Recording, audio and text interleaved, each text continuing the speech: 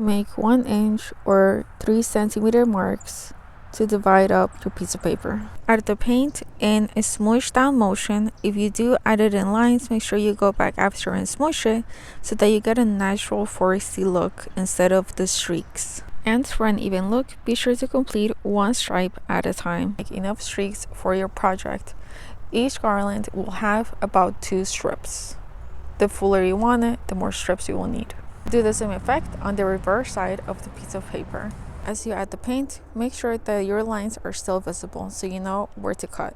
Then fold the strip in the middle on its longest side. Then grab the scissors and cut the teeth without cutting the middle folded edge. For maximum volume, fold every 2, 3, or 4 teeth towards the opposite side. Use your fingers to crease each of the teeth so that when you press down on them, the garland stays open. Once you have made multiple of them, you can braid them to create more volume and fill up more space. So this would be a great option if you want to do a shadow box. And if you're using the paper garland to decorate your ornaments, you want to truly emphasize the creasing of each of the folds of the teeth.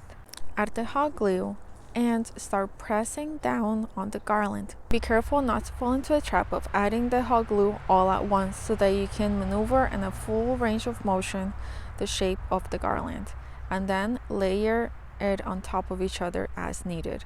For my project, I only needed to use a single garland and then just wrapped it around twice.